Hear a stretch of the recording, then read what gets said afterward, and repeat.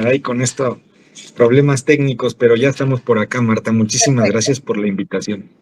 Gracias. Hablábamos acerca de este fenómeno de la normalización de la violencia. Usted es criminólogo, de pronto vemos en otros países, en otros lugares, cómo sí sorprenden los actos de violencia. Y me refería a estos que hemos tenido últimamente, asesinato de 6 migrantes en Chiapas, y de pronto aparece en esta escena bastante cruel, bastante.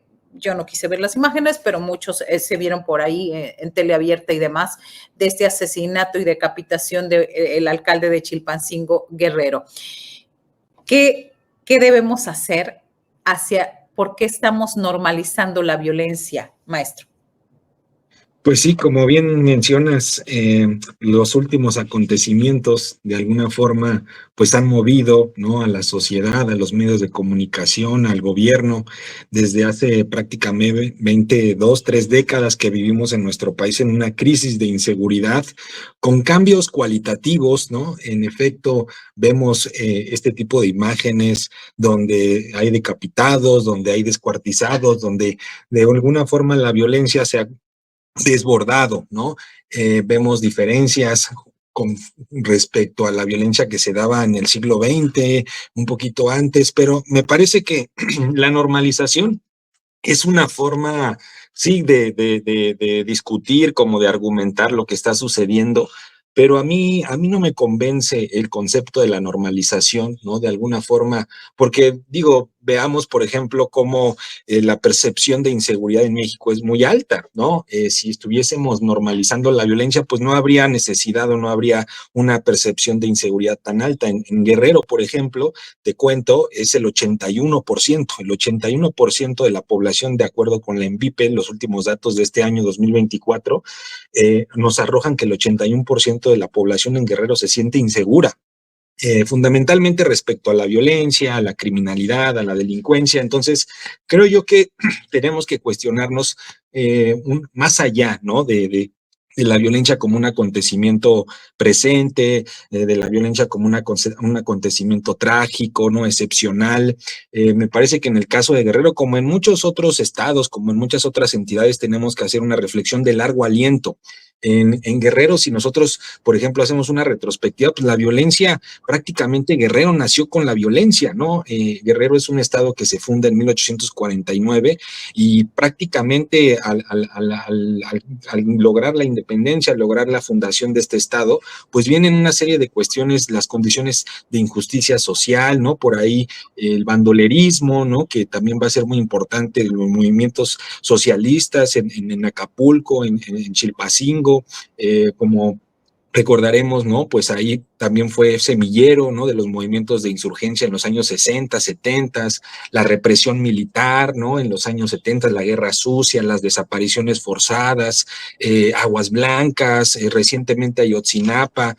A esto yo le llamo la acumulación de la violencia, que otros autores también están manejando en otras partes del mundo, de mirar más allá del acontecimiento como presentista, ¿no? La violencia nos lleva a reflexionar sobre las relaciones que tiene la violencia, ¿no? Con cuestiones económicas, con cuestiones políticas, cuestiones culturales. Entonces me parece muy importante, ¿no? Hablar de la acumulación de la violencia dentro de Guerrero, violencia estructural, por ejemplo, la pobreza, ¿no? Fíjate, prácticamente en Guerrero, 67% de las personas que viven en Guerrero están en situación de pobreza, ¿no?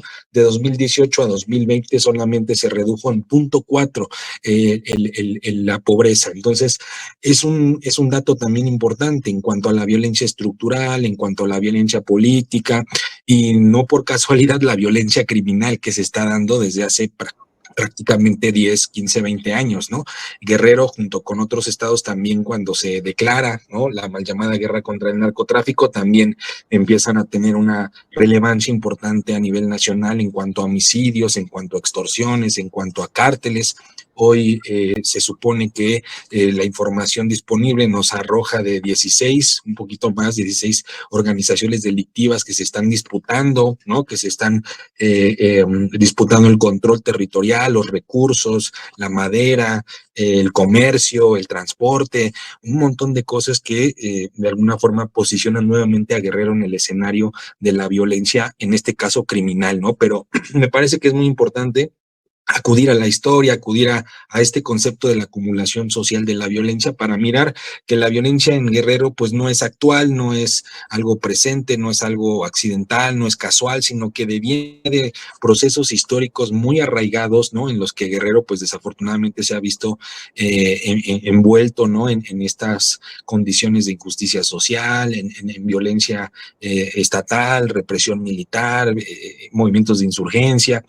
Creo que es muy importante y Guerrero me parece que es un buen ejemplo de rastrear, ¿no? Yo siempre he dicho que hay una conexión, hay una relación que todavía no es muy clara entre la violencia criminal de los cárteles de la delincuencia organizada que se visibilizó desde los años 70, 80 y la guerra sucia, ¿no? Los movimientos de insurgencia, la represión militar, ¿no? Me parece que es un ejemplo muy interesante para hacerlo patente, ¿no?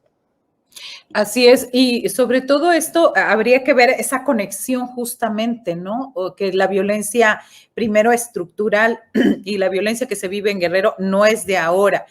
A ver, en el caso de normalizar la violencia, a veces se cree que las representaciones de esta violencia no tienen consecuencias en la vida real y esto se habla también de que no se sancionan los comportamientos violentos y un factor importante es la exposición de esta violencia de manera repetida en los medios de comunicación y a mí me parece una de las más graves que al final se responsabiliza a la víctima de ser el provocador de prevenir su violencia en lugar del perpetrador. Hoy la presidenta ha dicho que se atiende a las causas, lo ha dicho el secretario de Seguridad y sobre todo las razones estructurales. De estos detalles, me parece que va como en fases. De pronto ahora la narrativa es el alcalde se encontró con alguien, al parecer con una persona del crimen organizado y casi pues es tu responsabilidad. Me parece bastante grave hacia dónde va la narrativa. ¿Cómo detener, maestro? ¿Cómo detener este tipo de narrativas que no nos haga volver a normalizar esta violencia? Sí, me parece que las representaciones que se hacen de la violencia en nuestro país no ayudan. A esto un autor que se llama Philippe Bourgois, ¿no? Le llama la pornografía de la violencia. Y yo siempre he dicho que es un obstáculo precisamente para comprender la violencia, porque para explicar la violencia, para, como bien dices, proponer estrategias políticas en contra de la violencia, disminuirla, etcétera, etcétera, pues primero hay que comprenderla, ¿no? Primero hay que comprender qué es lo que nos dice la violencia. La violencia de alguna forma es un comportamiento social, ¿no? Y por lo tanto también tiene significados, tiene sentidos, es de alguna forma una relación social entre la comunidad. Desafortunadamente, cuando la violencia, ¿no? Pues llega a este campo de la pornografía de la violencia, de los medios de comunicación, pues simplemente se describe, ¿no?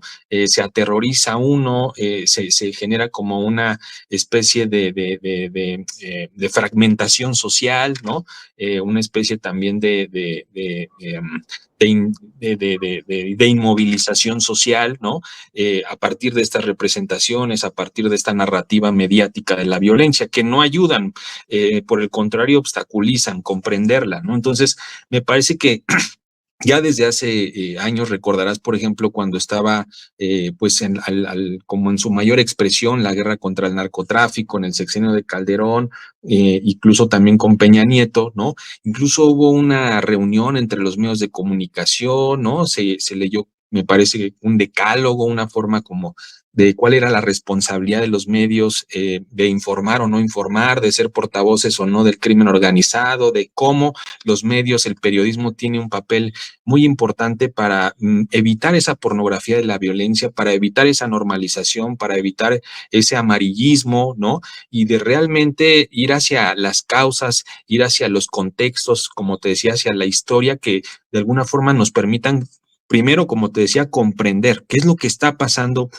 en México, qué es lo que está pasando en estos territorios y posteriormente, pues, en efecto, tener como las recursos, ¿no? Para generar políticas de prevención, políticas de investigación. Ahorita lo que decías, por ejemplo, respecto a la impunidad, bueno, Guerrero, fíjate, Guerrero es es el peor estado, es la peor entidad, ¿no? En porcentaje de efectividad en procuración de justicia, ¿no? Con 3.5%, es el peor estado en el que se esclarecen los delitos, ¿no? Eso de alguna forma pues nos permite augurar que este crimen, ¿no? De este presidente municipal, pues como muchos otros van a quedar en la impunidad, porque es la entidad con mayor o con menor, ¿no? Porcentaje de esclarecimiento de los delitos. Es una impunidad, fíjate, en el homicidio doloso tiene una impunidad Guerrero del 98.8%, es el tercer lugar a nivel nacional después de Morelos y Chiapas, si no mal recuerdo. Entonces, de alguna forma también las instituciones, ¿no? Como bien dices, pues también generan, ¿no? Fortalecen esta inmovilización ante la injusticia, ante la falta de justicia, ante los hechos violentos, ¿no? Entonces, me parece que es muy importante ir como trascender esa lectura, ¿no? Que te digo de la pornografía de la violencia para realmente ver qué es lo que nos está diciendo la violencia, qué nos comunica la violencia, qué es lo que nos quiere decir la violencia. La violencia, como te decía, no es, como muchas veces se cree, ¿no? Como una cuestión solamente patológica, como una excepcionalidad. Por el contrario, la violencia, siempre he dicho yo, es un síntoma, ¿no? Es un síntoma y habrá que escucharla, habrá que entenderla, comprenderla para ver qué es lo que nos está diciendo respecto a las condiciones políticas, económicas, sociales, culturales. Y es allí, creo, donde hemos fallado como Estado mexicano. Hemos creído que la violencia se apaga con más violencia, ¿no? Con la militarización, con más cárceles, con más penas, con más policías. Y no, hoy es muy importante, por ejemplo, pensar en la prevención de las violencias y la delincuencia, ¿no? La prevención, los factores, las causas, los contextos que hacen que un cártel sea posible, ¿no? O un sujeto como en este caso, ¿no? Cómo se reproduce, ¿no? Un sujeto para decapitar a otro, ¿no? Cómo se pierde esa humanidad, cómo se deshumaniza. El reclutamiento hoy en día que tienen los cárteles es precisamente para deshumanizar, para quitar eso humano, ¿no? Que tenemos, esa conciencia, esa cuestión ética, ¿no? Y hacerlos prácticamente robots para matar, ¿no? Entonces, me parece que es muy importante reflexionar sobre cuáles son los factores, los contextos. Obviamente esto tiene que ver en particular con cada una de las entidades, no es lo mismo Guerrero que Tamaulipas, que Michoacán, que Chiapas, son contextos totalmente distintos y deben de responder a estrategias diferentes, ¿no? Pero me parece que ahí hemos fallado. Hemos generado más una política reactiva, ¿no? Una política de militarización, una política de más sistema de justicia penal y hemos dejado de lado la parte de la prevención de las violencias. Claro, ayuda en este sentido el discurso y lo que han dicho hoy precisamente en esta presentación de la Estrategia Nacional de Seguridad de la presidenta Claudia Sheinbaum Pardo y de Omar García Harfuch, donde dice atender las causas, evitar que, y bueno, estamos en un proceso, me parece, de reinserción, es decir, en un donde había sido políticas reactivas, políticas frontales que realmente ni siquiera eran tan frontales, era de apapacho a unos y dejar de lado a otros, donde en este es el segundo sexenio que se habla de las causas, de atender a los jóvenes, de dotar de cuestiones y cuestiones económicas de producción a las comunidades. Me parece que esto, pero va para largo todavía, maestro, la solución. Sí, sí. Sí, una política de prevención. Recordarás, por ejemplo, con el sexenio de Peña Nieto, que se dio un giro precisamente como para distanciarse del sexenio de Calderón y su guerra contra el narcotráfico. Con Peña Nieto se creó el Programa Nacional para la Prevención Social de la Violencia y la Delincuencia, el cual a su vez creó una comisión intersecretarial. En su momento fue muy bien recibida, ¿no? Porque de alguna forma pues rompía con esta tendencia, ¿no? De entender que la violencia es solamente un asunto de policías y ladrones, policías y delincuentes. La comisión estaba integrada por diversas secretarías, ¿no? Cultura, deporte, economía, social, salud, etcétera, etcétera, que fue, cabe decir, un programa que devino del modelo de la mesa de Todos Somos Juárez. Recordarás la mesa de Todos Somos Juárez en 2010, ¿no? Que también se creó esta política, esta estrategia que disminuyó en su momento los homicidios, disminuyó mucho la violencia en Ciudad Juárez y que era entender la complejidad, ¿no? No entender que solamente con policías, con inteligencia, con reacción, sino que hay que ir hacia las causas, hacia los factores. Desafortunadamente el programa, ¿no? El programa en su momento pues fracasó, fue eliminado el presupuesto de egresos de la federación porque decían que pues había corrupción, decían que de alguna forma no había tenido éxito, ¿no? Porque la violencia iba increciendo, ¿no? Y el programa pues no tuvo los resultados. Ahora con este gobierno, ¿no? Este gobierno, bueno, el anterior ya, con López Obrador se dijo que se le iba a dar continuidad. Desafortunadamente fue, si no mal recuerdo, hasta finales del 2022, principios del 2023, que se publicó en el Diario Oficial de la Federación un nuevo programa de prevención, ¿no? Un nuevo programa nacional de prevención. Una de las distinciones que yo marcaba mucho es que antes, ¿no? El programa con Peña Nieto tenía un presupuesto asignado, eran millones y millones de pesos, y ahora con López Obrador, cuando se publicó en 2022 en el Diario Oficial de la Federación este nuevo programa, decía que no iba a tener un recurso especial, sino que las secretarías, las autoridades que fuesen a participar en este programa, pues tenían que sacar de su dinero que ya tenían establecido para asignarlo a este programa, ¿no? Lo que me parece que pues de alguna forma, híjole, ¿no? Como que limita, ¿no? Como por ahí se dice, si al gobierno le interesa algo, hay que ver los dineros, ¿no? Entonces, necesitamos que la prevención sea una prioridad, ¿no? Necesitamos que la prevención sea una prioridad de política criminal. Y sí, en efecto, no va a ser de la noche a la mañana, ¿no? Desafortunadamente, este proceso de atacar las causas, de ir generando estos cambios en las nuevas generaciones, niñas, niños, adolescentes, juventudes, etcétera, pues por lo menos 15 a 20 años, pero tenemos que empezar ya, ¿no? Para que no llegue esos 15 y 20 años y digamos, pues, ¿qué vamos a hacer, no? Sigamos con la política reactiva, sigamos con el ejército en las calles, que como decíamos en el programa anterior, ¿no? El ejército, pues de alguna forma deja intacto, ¿no? Deja intacta esa política de militarización, deja intacto estas estructuras, esas causas, esos factores. Ahora, también es importante decir que esta idea de atender a las causas también se ha convertido como en un discurso muy abstracto, ¿no? Porque ¿qué es eso de atender las causas, ¿no?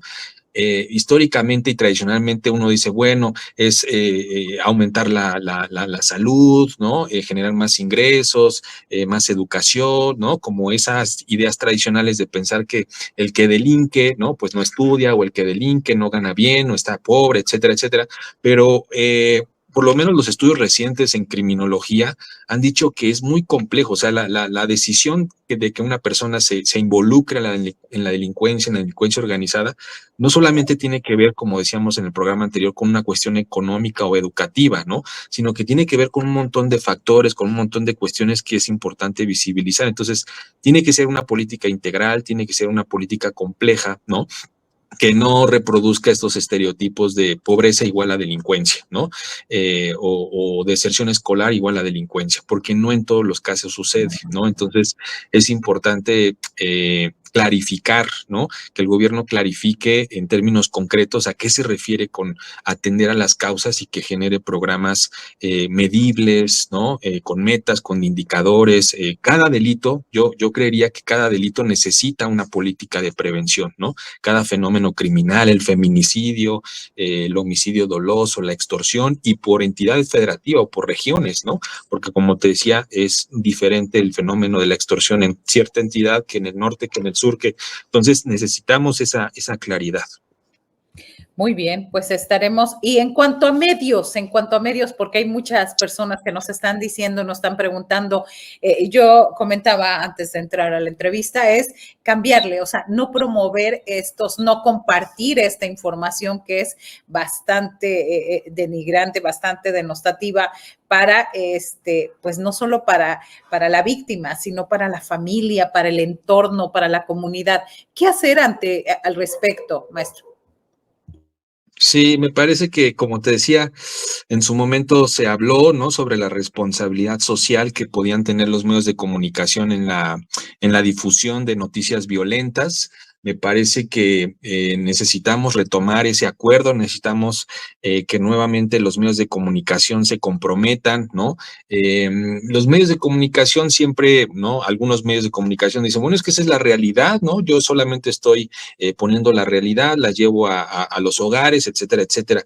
Pero bueno, hay formas, ¿no?, de representar la realidad, como tú bien dices, y esto que te decía que es la pornografía y la violencia, ¿no? Pues de alguna forma tiene efectos, tiene impactos, ¿no?, como para la normalización de la violencia. Entonces, los medios de comunicación tienen que ser conscientes del papel tan fundamental que juegan, ¿no?, para generar esta normalización, para, como te decía, ¿no?, generar esta fragmentación social, generar.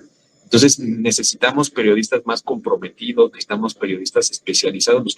O sea, cubrir la violencia no es cubrir cualquier cosa, ¿no? No es solamente ir a una mañanera, o cubrir la violencia requiere de cierta formación, requiere de ciertos códigos de ética, requiere de cierta especialización, ¿no?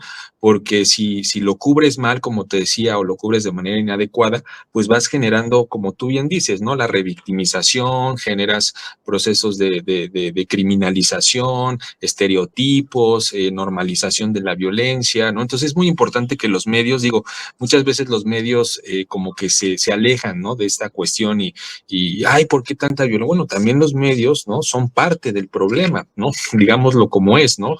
Muchos medios son parte también del problema, ¿no?, en cuanto a la forma en cómo difunden y cómo generan estas notas. Entonces, se requiere un mayor profesionalismo, se requiere de mayor sensibilidad, ¿no?, en cuanto a los hechos de la violencia, ¿no? Hay cosas que en las notas dices, bueno, ¿y de qué me sirve poner esta cuestión o poner esta imagen? Al final simplemente es, pues, como sabemos, ¿no?, la mercancía, y generar más vistas, generar más, pero no ayuda en nada en cuanto a la comprensión del fenómeno, en cuanto a la difusión del fenómeno, etcétera. Así es, pues gracias, maestro Alan García Huitrón por hablarnos de estos temas hoy a las 9.